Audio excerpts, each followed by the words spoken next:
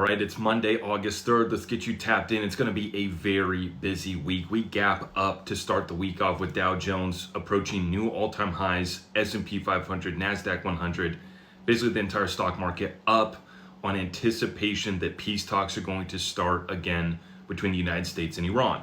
Not holding my breath, but the market likes it. The market is reacting positively.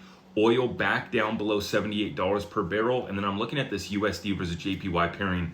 They smacked it back down to 155.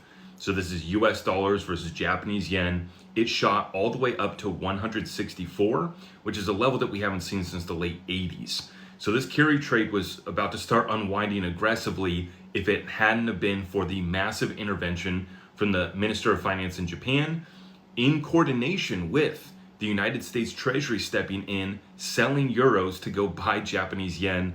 And then it just so happened to be a little coincidence that the note that Treasury Secretary Scott Bessent had at Camp David said, buy Japanese yen, and just so happened to get picked up by the reporters in the room. So the problem though, all of this is great. Market ticks up over the weekend and as we open up Monday here. But the problem for crypto is that this is really hinging on certainty on the war, which people are still iffy about. And then will we get the Clarity Act vote this week? That is what we're watching for. Still no vote scheduled. Senate heads off to recess on Friday. That's their last day of work, and then they're gone basically for the rest of August. Don't come back till September. Even if we do get the Senate to vote and they pass it, we still have to go reconcile with the House. So no chance really that the Clarity Act gets done this week. But if we could at least get the Senate to vote on it and to pass it, it starts the process for us to be able to get it done before the midterm elections. If not, if the Senate does not get a vote and we don't pass it before the August 7th recess here at the end of this week, very troublesome. Our odds for the Clarity Act passing before the midterms will take a big hit, and I'm expecting that could be what brings in sub $1 XRP this month.